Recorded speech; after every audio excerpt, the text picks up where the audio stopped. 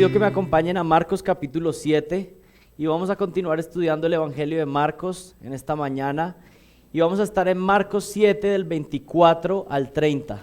Marcos 7 del 24 al 30 y hoy vamos a ver una fe humilde que salva o la fe humilde que salva y vamos a dar lectura a la escritura. Dice así Marcos 7 del 24 en adelante.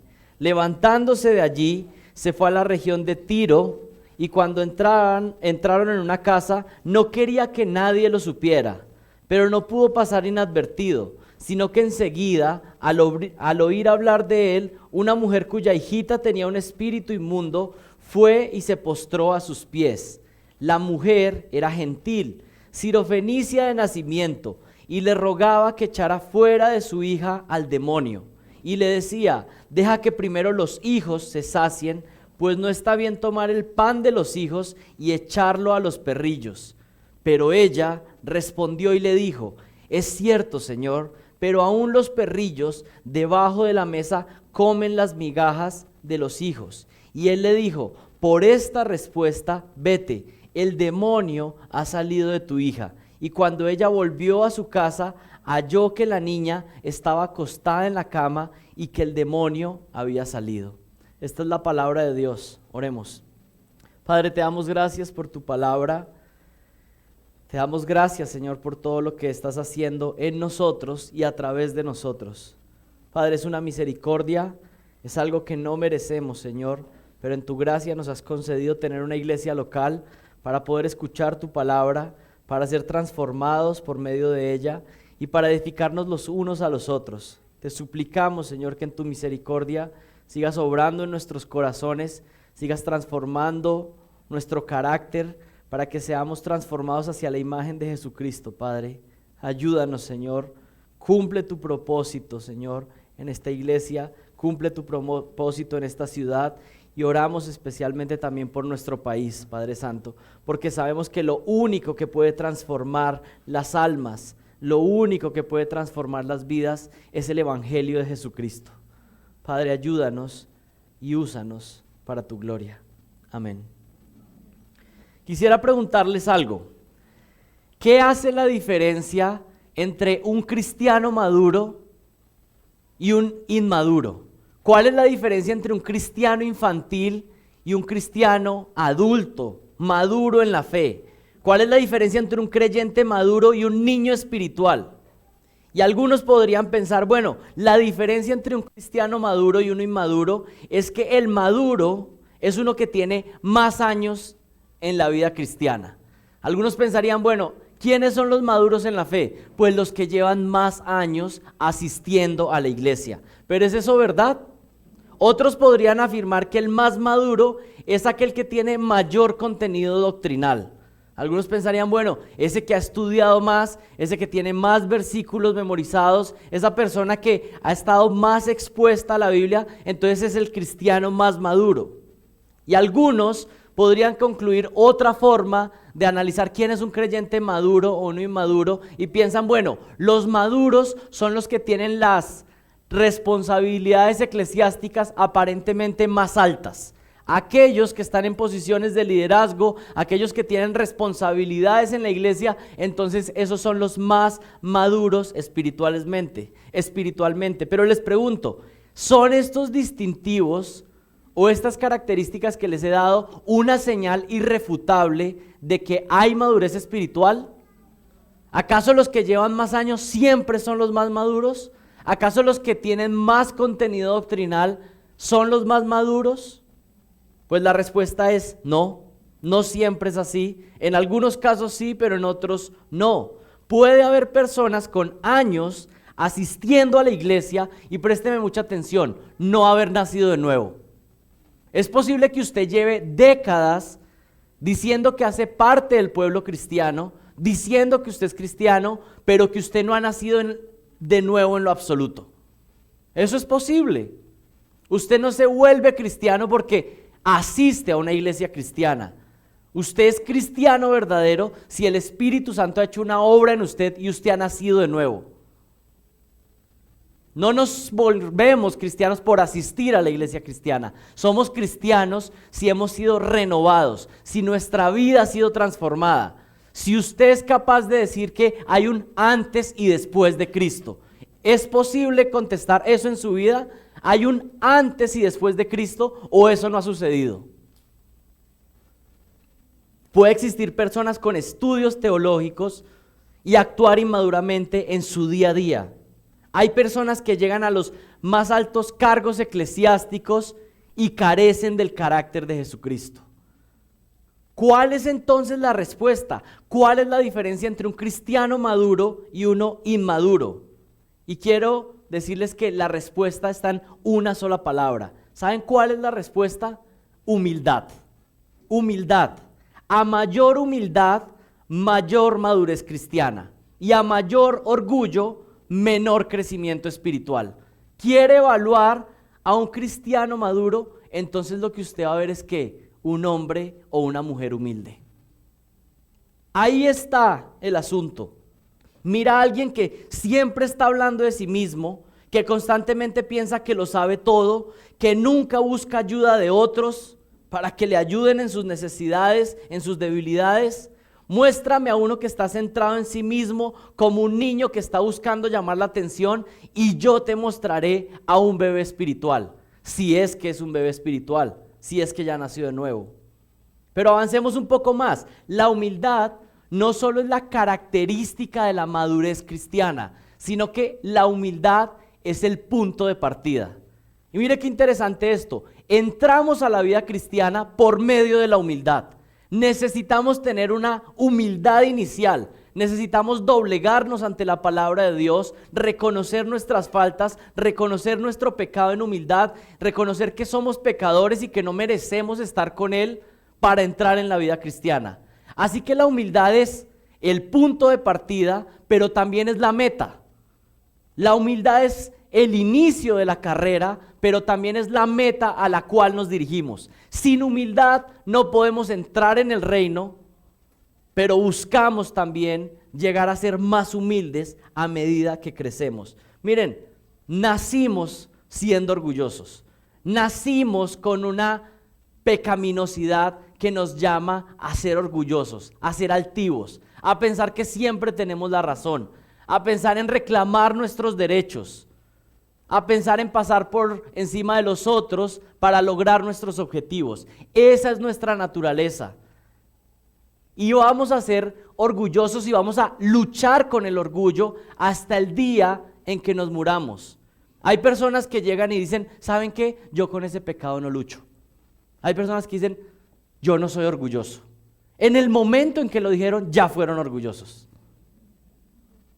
La humildad es algo que necesitamos perseguir todos. Y el pasaje que vamos a estar analizando el día de hoy, allí podemos ver cómo la humildad es un requisito fundamental para la fe y cómo Jesucristo exalta a una mujer que, a pesar de tener todo en contra, decidió humillarse y poner toda su confianza en Jesucristo. Por medio de Marcos 7, 24 al 30, vamos a ver un panorama de una fe humilde que salva. ¿Quiere usted ser salvo? Necesita una fe humilde. Y mire lo que dice Marcos 7, 24 al 30, y lo vamos a ver en 3 secciones, pero lo primero que vamos a ver es la humildad ejemplificada. Vamos a ver la humildad ejemplificada, o podríamos decirlo de otra manera, vamos a ver el prototipo de la humildad. ¿Cuál es el prototipo de la humildad? Y recordemos un poco el contexto. Miren lo que dice el versículo 24. Levantándose de allí. ¿De quién está hablando? Está hablando de Jesucristo y nos está haciendo referencia a que el Señor Jesucristo se retiró de la zona donde estaba. Recuerdan que por semanas hemos estado estudiando que el Señor tuvo una discusión con los fariseos.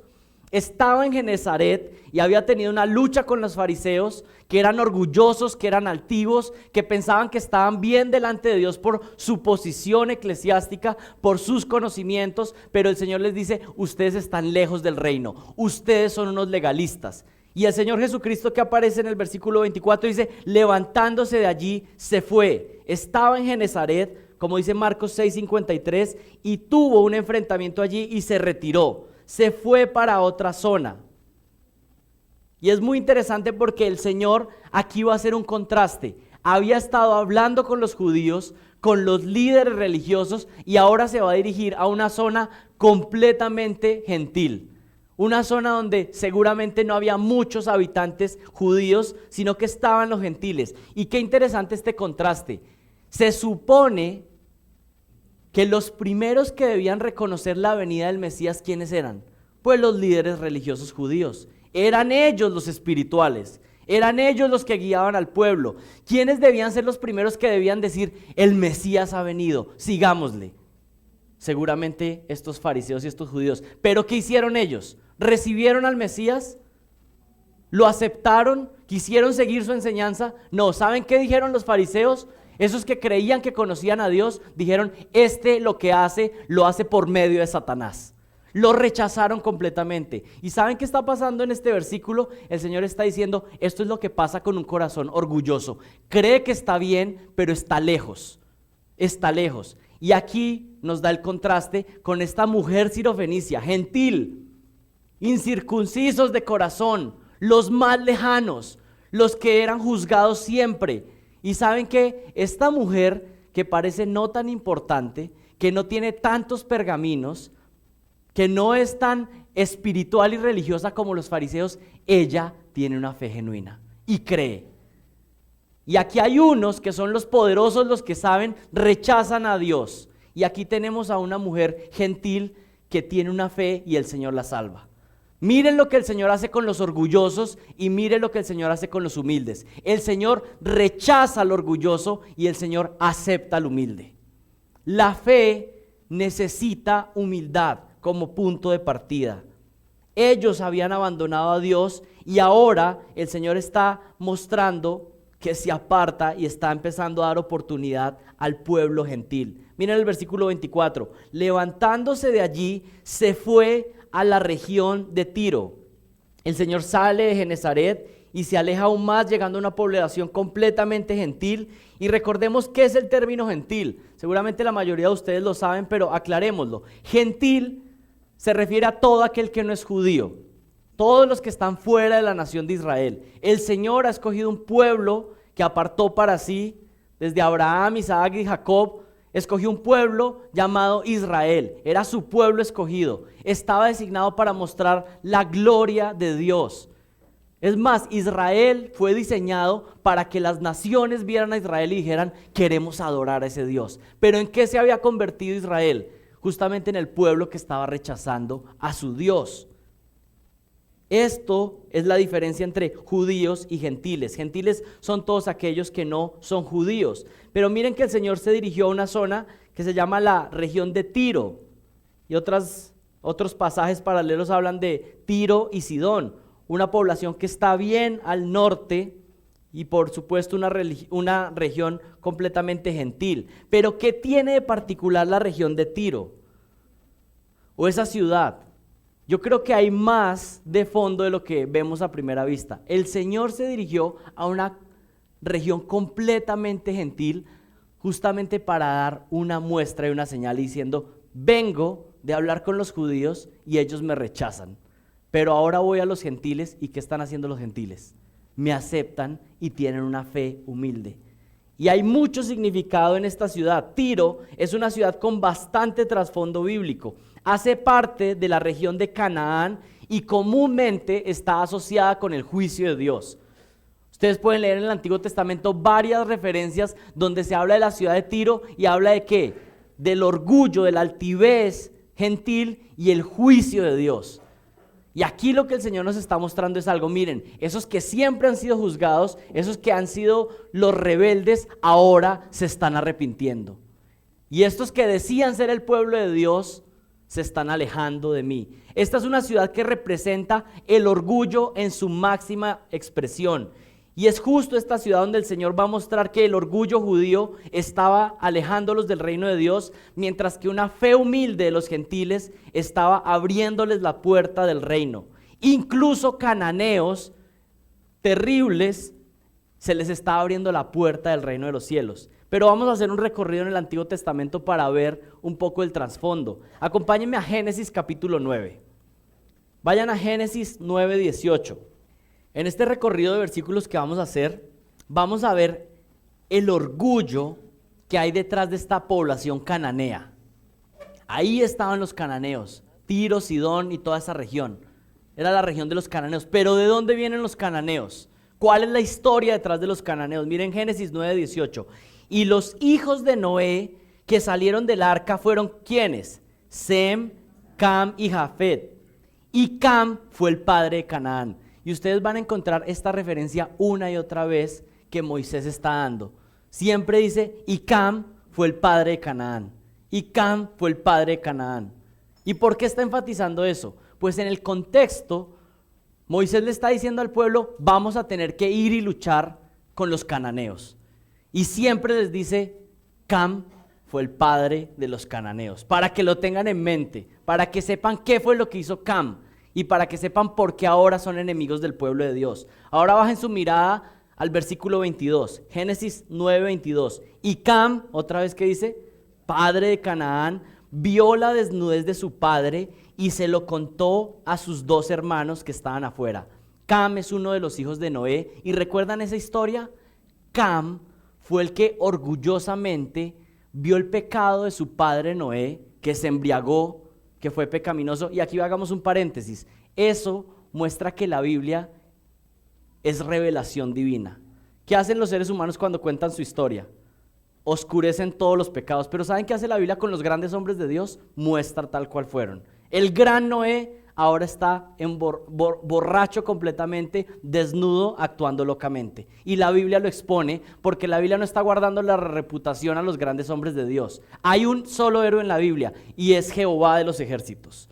Y aquí nos muestra a Noé borracho, pero hay un juicio para uno de sus hijos. ¿Qué hace Cam? Llega y encuentra a Noé, que está borracho, actuando pecaminosamente, pero parece que lo que hay implícito es que Cam se llena de orgullo, se llena de altivez, y lo que hace no es cubrir la desnudez de su padre, cubrirlo, protegerlo, ayudarlo en su pecado para que pueda ser cubierto, sino que hace, se empieza a burlar primero en su corazón y luego va y habla con sus hermanos como diciéndoles, mire la desgracia en la que está mi papá.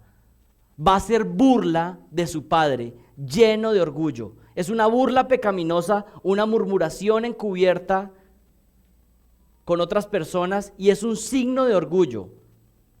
Y esto es uno de los signos de orgullo que pueden suceder en nuestra vida.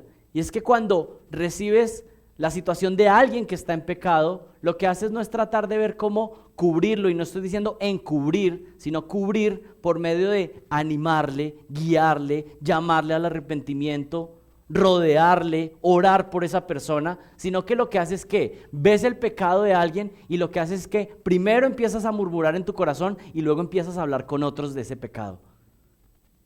Eso fue lo que hizo Cam.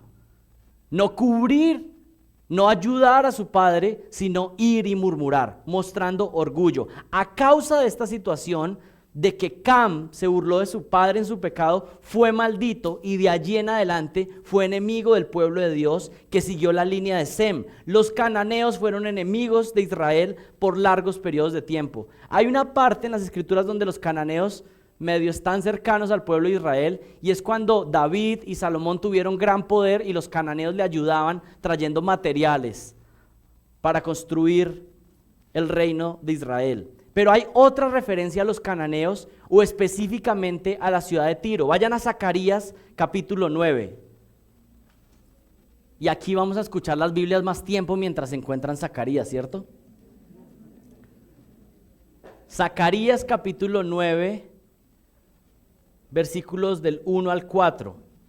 Y nos va a hablar de Tiro y nos muestra cómo esta ciudad de Tiro, que fue constituida por cananeos, fue una ciudad que subió en orgullo por sus posesiones materiales. Y mire qué interesante esto del orgullo. A mayor comodidad, a mayor riqueza, el orgullo va creciendo si no se controla. Zacarías 9 dice así: profecía de la palabra del Señor contra la tierra de Hadrac y Damasco, su lugar de reposo, porque así el Señor están puestos los ojos de los hombres y de todas las tribus de Israel. Y miren el versículo 2. Y también Hamat, que linda con ella, y Tiro y Sidón. Aunque sean muy sabias, Tiro se ha edificado una fortaleza. Y miren lo que estaba haciendo Tiro, esta ciudad. Y ha amontonado plata como polvo. ¿Qué estaba sucediendo en esta ciudad? Estaba siendo poderosa, rica, estaba acumulando plata como polvo y oro como barro de las calles. El dinero estaba abundando. He aquí, el Señor la despojará y arrojará al mar su riqueza y ella será consumida por el fuego. Y miren qué interesante, otro elemento del orgullo, la multiplicación de recursos, la abundancia de dinero, si no son manejados con cautela, pueden crear orgullo en el corazón. Es hacer una fortaleza en la imaginación, y al parecer eso fue lo que sucedió con la ciudad de Tiro.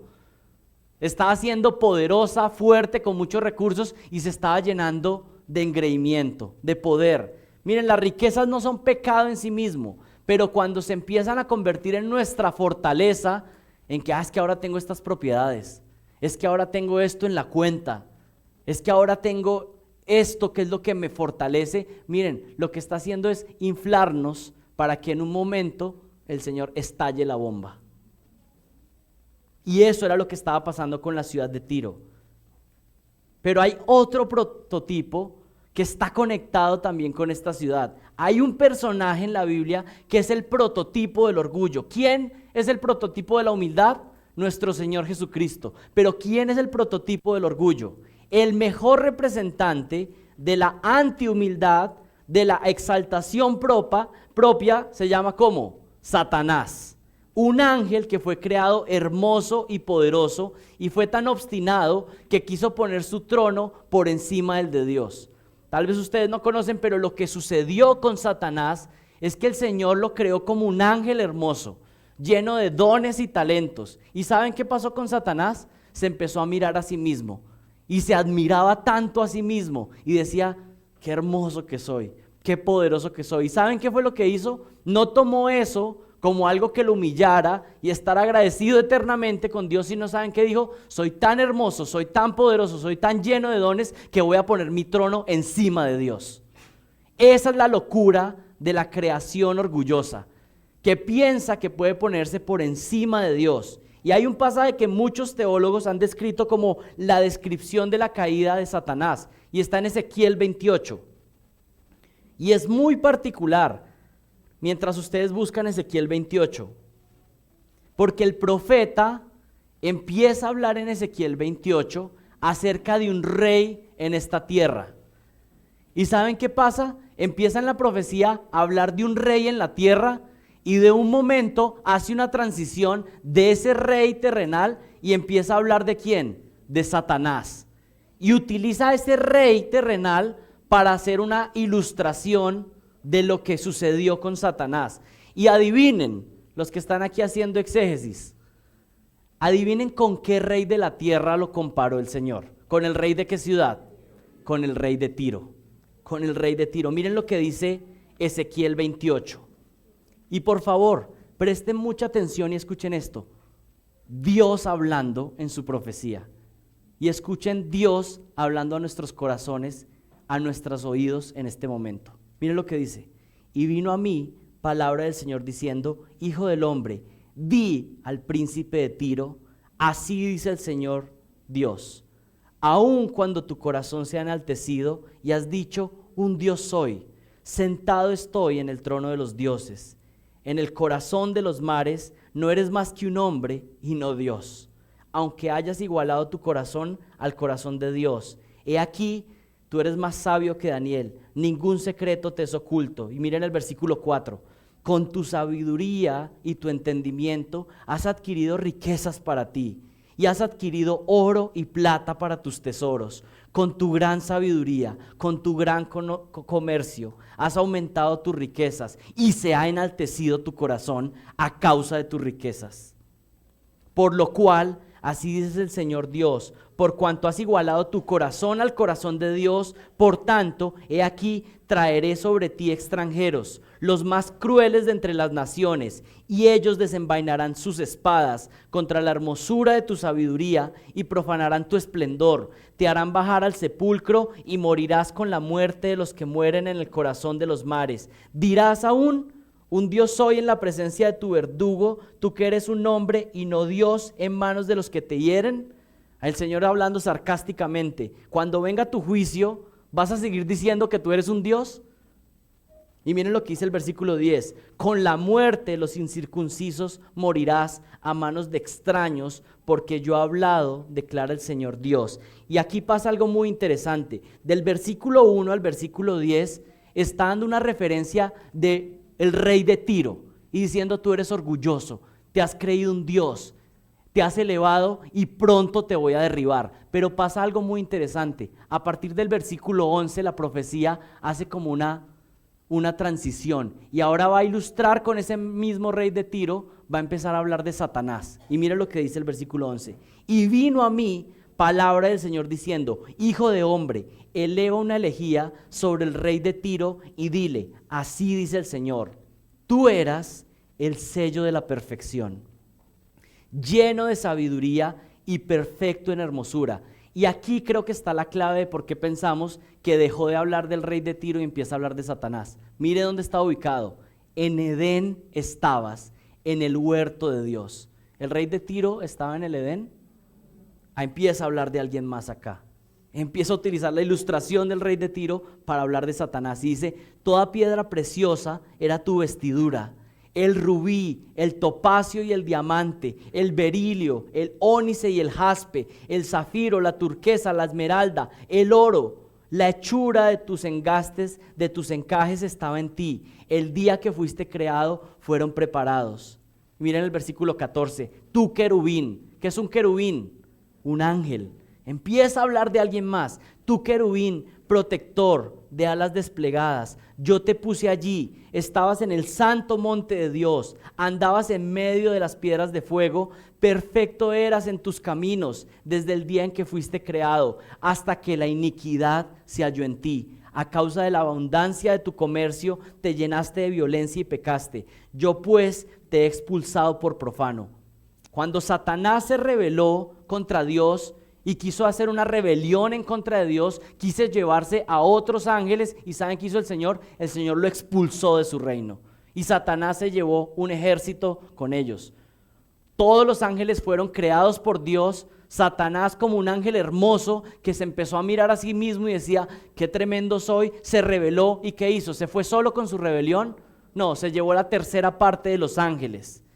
Y ahora, a partir de ese momento, todos esos ángeles que se rebelaron son los demonios, ¿sí? Y miren lo que continúa diciendo: a causa de la abundancia de tu comercio, versículo 16, te llenaste de violencia y pecaste, yo pues te he expulsado por profano del monte de Dios, y te he eliminado, querubín protector, de en medio de las piedras de fuego. Se enalteció tu corazón a causa de tu hermosura. Corrompiste tu sabiduría a causa de tu esplendor. Te arrojé en tierra, te puse delante de los reyes para que vieran en ti un ejemplo. Por la multitud de tus iniquidades, por la injusticia de tu comercio, profanaste tus santuarios, y yo he sacado fuego de en medio de ti que te ha consumido, y te he reducido a ceniza sobre la tierra a los ojos de todos los que te miran. ¿Cuál es el resultado del orgullo? Empieza a convencerte internamente de que eres poderoso, de que eres hermoso, de que eres sabio y superior a otros. Te comienzas a elevar pensando que puedes estar encima de Dios. ¿Y saben qué sucede? Cuando te vas elevando, el Señor está listo para derribarte. El Señor está listo para derribar a los orgullosos. Y una referencia rápida, Isaías 14, donde hay otra descripción de Satanás con una ilustración de un rey, pero esta vez con el rey de Babilonia. Y miren lo que dice: descendió al Seol tu soberbia, Isaías 14:11, y el sonido de tus arpas, gusanos serán tu cama y gusanos te cubrirán. ¿Cómo caíste del cielo, oh lucero de la mañana? Cortado fuiste por tierra tú que debilitabas a las naciones, tú que decías en tu corazón, subiré al cielo en lo alto junto a las estrellas de Dios y levantaré mi trono y el monte de testimonio, en el monte del testimonio me sentaré, a los lados del norte, sobre las alturas de las nubes subiré. ¿Y saben qué decía Satanás? Seré semejante al Altísimo, mas tú derribado eres hasta el Seol. El orgulloso se eleva, pero ¿saben qué hace Dios? Lo derriba. Y ahora sí regresen a Marcos 7. Y algunas veces pasa esto en unos sermones, ¿no? Que decimos, uy, pero ¿qué pasó? Vamos en la tercera palabra. Vamos a tratar de avanzar lo que queda. Marcos 7. Esto nos da un poco de entendimiento de lo que está sucediendo acá. Al principio leímos y el Señor se fue a Tiro, pero ahora entendemos más qué hay detrás de Tiro.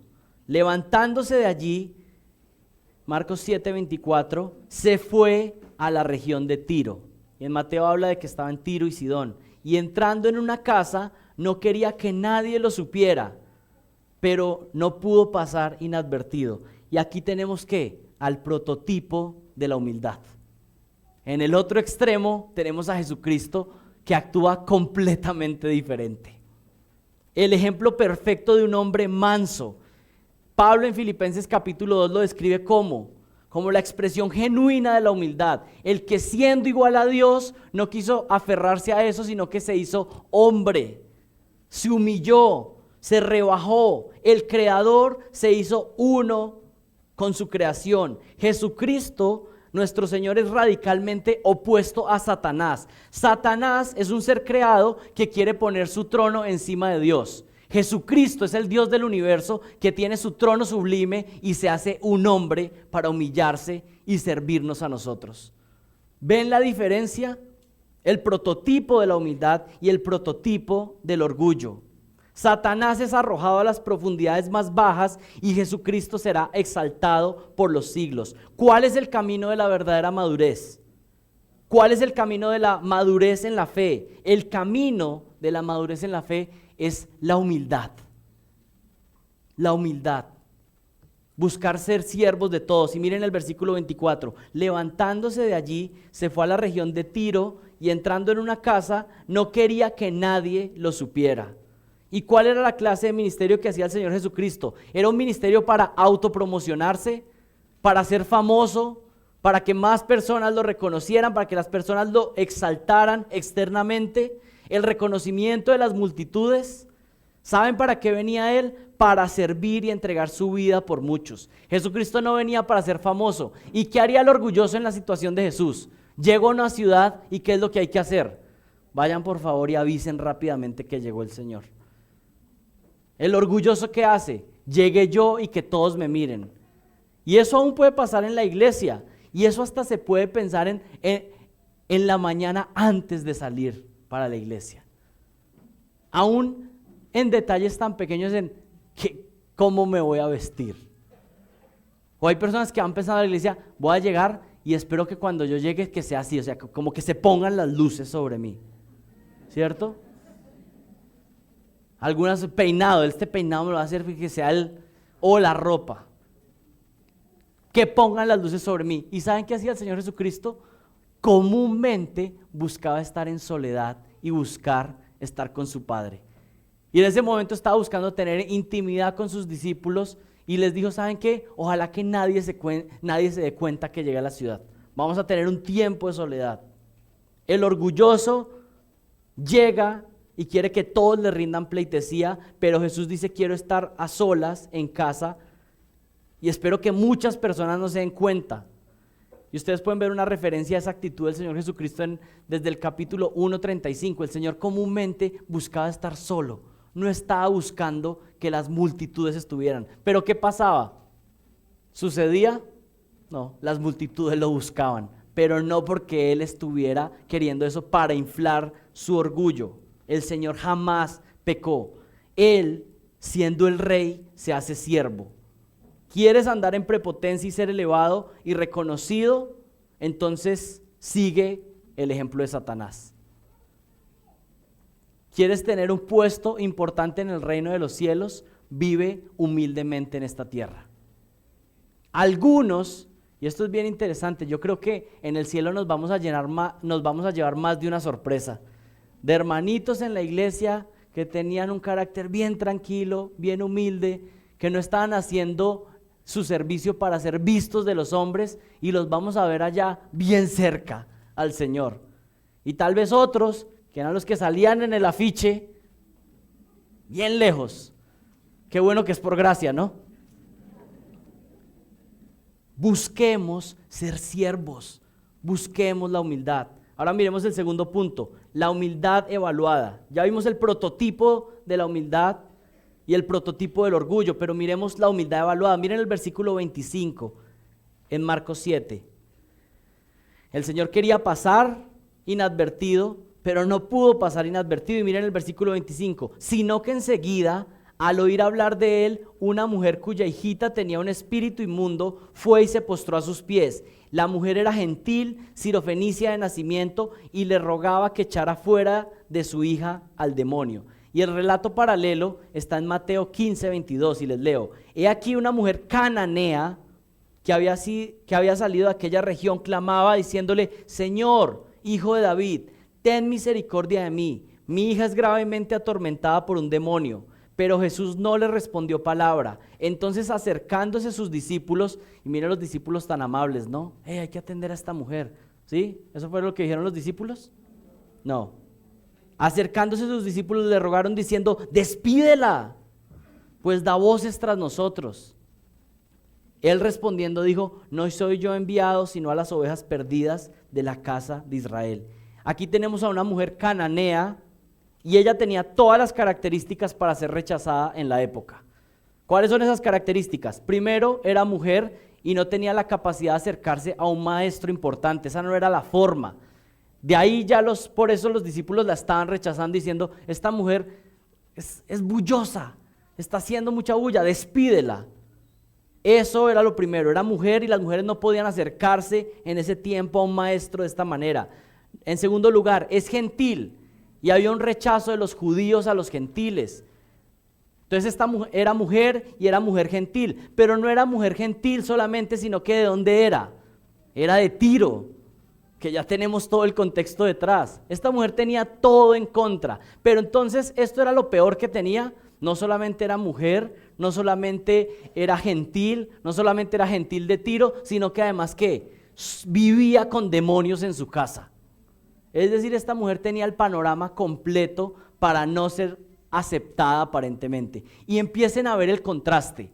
Por un lado, el Señor fue y habló con los líderes religiosos, con los espirituales. Y aquí tenemos ¿qué? El caso completamente opuesto. Una mujer que vive con demonios en su casa. ¿Y saben qué hace el Señor? Si esta mujer es humilde y reconoce que tiene necesidad de Él, el Señor va a dar una respuesta. El Señor atiende al humilde, escucha la oración del humilde, pero al orgulloso lo mira de lejos y le rechaza. Eso es lo que hace el Señor. Y miren el versículo 27, vamos a ver la respuesta del Señor. Y aquí esto se pone bien interesante.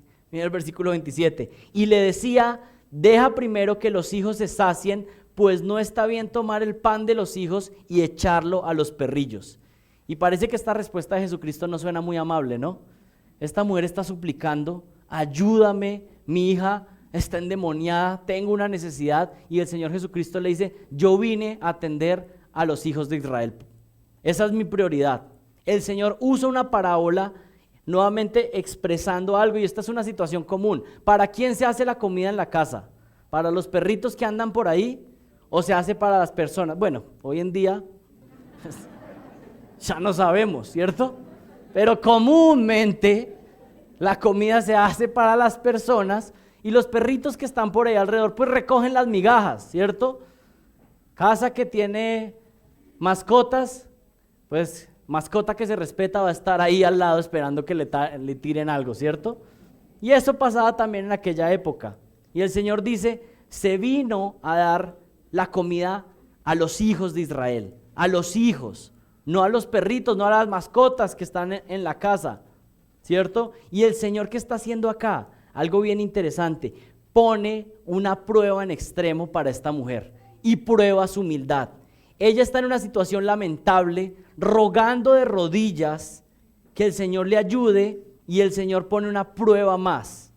Los discípulos la quieren rechazar y el Señor Jesucristo ve que ella está pasando por dificultad, pero ¿saben qué hace el Señor Jesucristo? Le pone una prueba más, le pone un reto más, la está llevando al extremo. ¿Y saben qué está pasando aquí? Lo que el Señor hace comúnmente con nuestras vidas. El Señor permite que lleguemos a puntos extremos de sufrimiento. ¿Saben para qué? Para que ahí nuestra fe sea refinada y sea hermosa. Hay algo muy hermoso y es las conchas que producen las perlas. ¿Ustedes saben cómo funciona? ¿Dónde sale una perla? La concha que está vacía, si ingresa un grano de arena, ese grano de arena lastima la concha internamente, sus tejidos blandos. Y ese grano de arena que está pinchando la concha empieza a lastimar a esa concha que está ahí. Y lo que empieza la concha a hacer es que empieza, algunos dicen que a derramar lágrimas. Y esas lágrimas empiezan a rodear y cubrir ese grano de arena que le estaba lastimando. ¿Y qué termina pasando con ese grano que estaba lastimando ahí? Termina convirtiéndose en una perla preciosa. Y eso muchas veces es lo que sucede en la vida cristiana.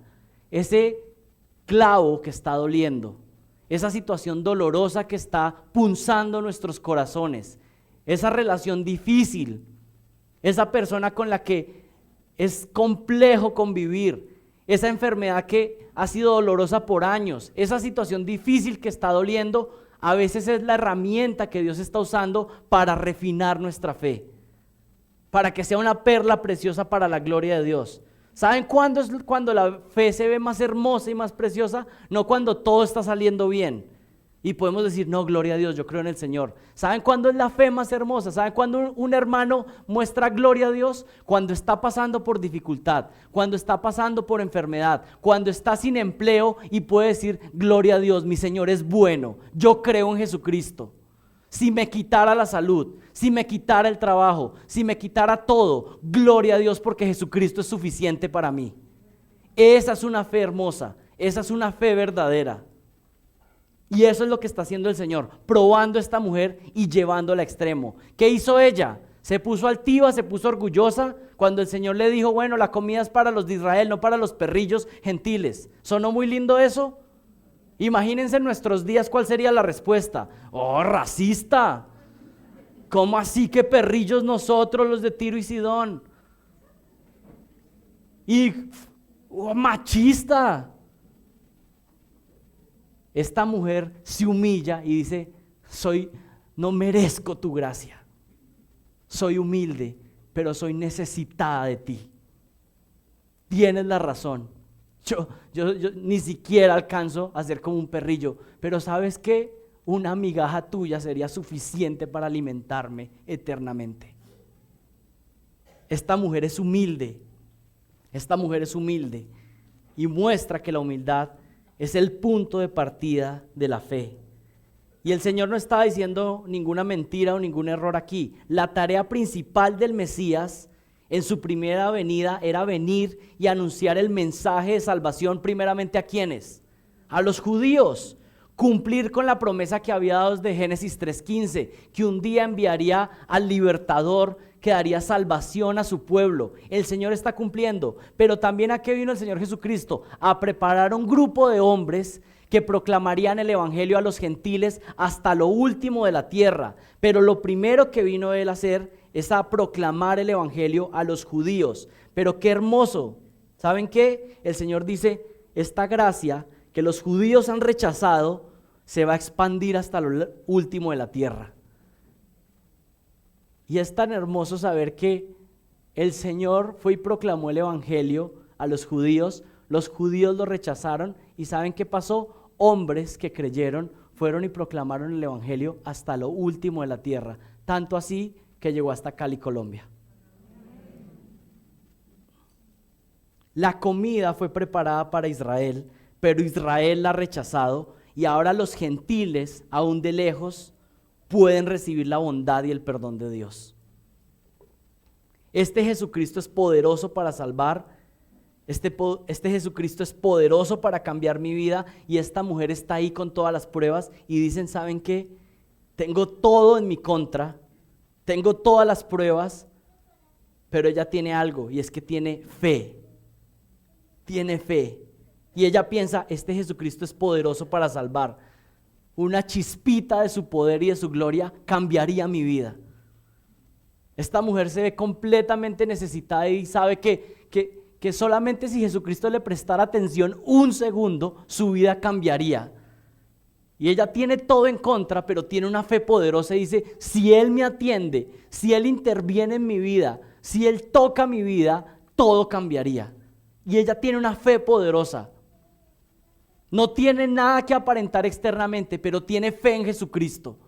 Y el Señor va a exaltar eso poderosamente. Miren el versículo 28. Pero ella respondió y le dijo, es cierto, Señor, es cierto que se vino a preparar la comida para los hijos, pero miren lo que esta mujer contesta.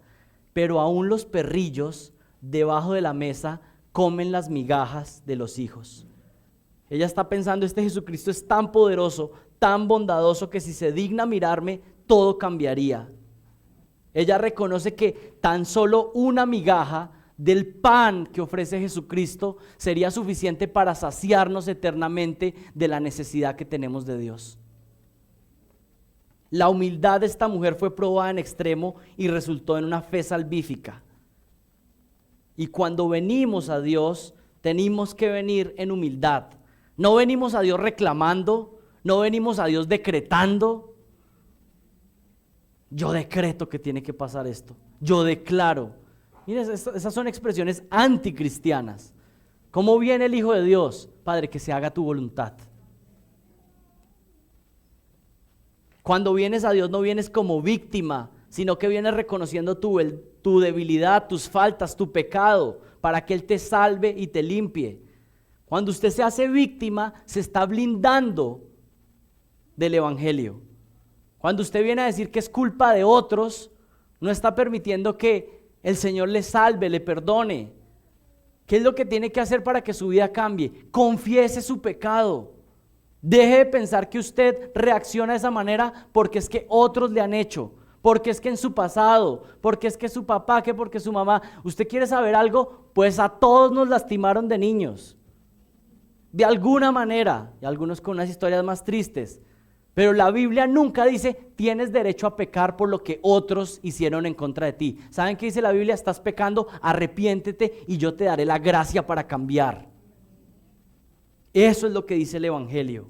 Una fe humilde es la llave de la puerta del reino de los cielos. Es la capacidad de reconocer que no somos nada, que merecemos el juicio, pero si tenemos fe y Él nos muestra misericordia, entonces todo estará bien, no solo en esta vida, sino por la eternidad. Y finalmente terminamos con la humildad recompensada. La humildad recompensada. Miren el versículo 29. Y Él dijo, por esta respuesta vete, el demonio ha salido de tu hija. Y Mateo 15:28 nos da más detalles. Dice, entonces respondiendo Jesús le dijo, oh mujer, grande es tu fe. Mire ese elogio que terminó recibiendo esta mujer despreciada. Grande es tu fe. Grande es tu fe. Hágase contigo como quieres. Y su hija fue sanada desde aquella hora. Ella insistió, ella fue humilde y ¿qué recibió? La recompensa del Señor. El Señor contestó a su petición.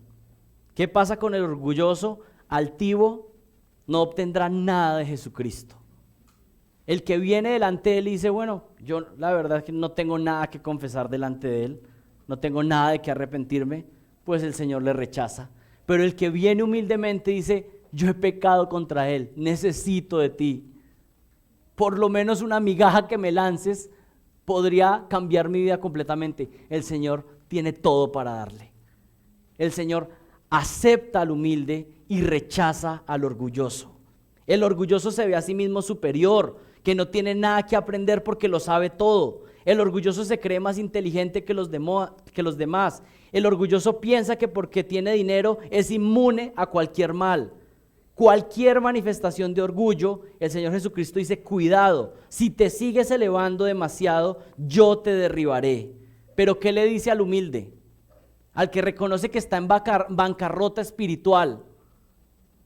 Qué hermoso cuando a veces le preguntamos, Michael y yo, a alguien, mira, cuéntame, ¿cómo es tu vida? ¿Qué ha hecho el Señor? Y la persona dice, he fallado tanto, le he fallado tanto a mi Señor. Pero ¿saben qué? Un día conocí a Jesucristo y mi única esperanza es que Él me ha rescatado por su obra. ¿Y saben qué? Qué hermoso eso. Pero qué triste es cuando, hey, cuéntame tu historia de Cristo. Pues he sido tan bueno. He vivido siempre en la palabra. Desde que nací soy cristiano. Es como, bueno, esta persona está mostrando que no ha nacido de nuevo. Pero al humilde, el que reconoce que no tiene nada para ofrecer, que ha pecado, el que llega ante cada enseñanza y está deseoso de aprender, el que mira el dinero no como una fortaleza, sino que dice es un regalo de la gracia de Dios, que el Señor me provee para poder cumplir con mis necesidades. Al humilde de corazón, al que está arrepentido, entonces Dios le mira, lo perdona y le da todos sus tesoros. Esa es la economía del reino de Dios. Al que se hace humilde, al que quiere servir, al que quiere poner en el primer puesto a los otros y no a sí mismo, ¿saben qué hace el Señor? El Señor lo exalta a su debido tiempo. Pero al que se quiere poner en el primer lugar, el Señor le dice, bájate de ahí que no te pertenece. El punto de partida en la vida cristiana es la humildad y también es nuestra meta para ser como Jesucristo. Oremos.